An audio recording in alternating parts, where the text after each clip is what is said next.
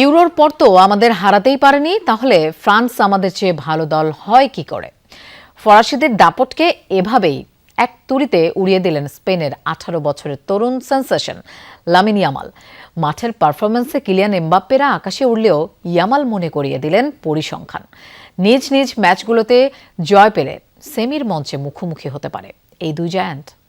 Hot আর সুইটনেসের perfect ব্যালেন্সে যে কোনো স্ন্যাক্সের আসল মজা আনে রুচি হট টমেটো সস। উত্তর আমেরিকার আকাশে বাতাসে এখন শুধুই ফরাসি বিপ্লবের গর্জন। গ্রুপ পর্বের পর রাউন্ড অফ 32তেও প্রতিপক্ষকে উড়িয়ে দিয়ে সাবেক রানার্স আপ ফ্রান্স যেন বুক ফুলিয়ে বলছে 2026 বিশ্বকাপটা শুধুই তাদের। কিন্তু ফরাসিদের এই দাপটকে স্রেফ তুড়ি মেরে উড়িয়ে দিলেন এক 18 বছরের তরুণ সেন্সেশন লামিন ইয়ামাল। পরিসংখ্যান বলছে কিলিয়ান এমবাপ্পেদের ছন্দের সামনে খড়কুটোর মতো উড়ে যাচ্ছে সবাই, অথচ ইউরো চ্যাম্পিয়ন স্পেন প্রথম ম্যাচেই কেপ ভার্দের সাথে গোলশূন্য ড্র। পরের দুই ম্যাচ সৌদি আরবের বিপক্ষে 4-0 আর উরুগুয়ের বিপক্ষে 1-0 গোলের ঘাম ঝরানো জয়। মাঠের পারফরমেন্সে ফ্রান্স যখন আকাশে, স্পেন তখনও মাটিতে পা ঘষছে। কিন্তু তাতে কি, ড্রেসিং রুমে বসে হুঙ্কার ছাড়ছেন স্পেনের ফরওয়ার্ড ইয়ামাল। ফরাসিয়ানদের নিজ দল স্পেনের থেকে ভালো দল মানতে নারাজ এই বার্সা তারকা। ইউরোর পর থেকে ওরা তো আমাদের হারাতেই পারেনি, তাহলে ওরা আমাদের চেয়ে ভালো হয় কি করে? গ্রুপ পর্বের পারফরমেন্স দিয়ে কিচ্ছু আসে যায় না।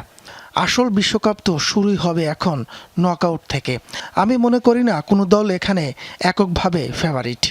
হ্যাঁ, ফ্রান্স ফর্মে আছে, ওদের ভালো প্লেয়ার আছে, কিন্তু ওরা আমাদের চেয়ে এক চুলও এগিয়ে নেই।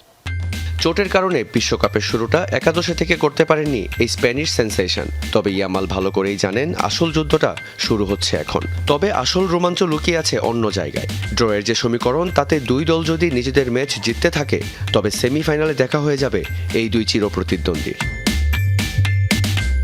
মাঠের বাইরের কথার লড়াইয়ে ঘি ঢেলে দিয়েছেন ইয়ামাল। এখন দেখার বিষয় মুখোমুখি লড়াইয়ে মাঠের যুদ্ধে ফরাসিদের দর্প চূর্ণ করতে পারে কিনা এই বার্সা তারকা, নাকি ইয়ামালের এই ড্যামাক চূর্ণ করে শেষ হাসি হাসবেন এমবাপ্পে। রিয়ান রাফতি, যমুনা স্পোর্টস।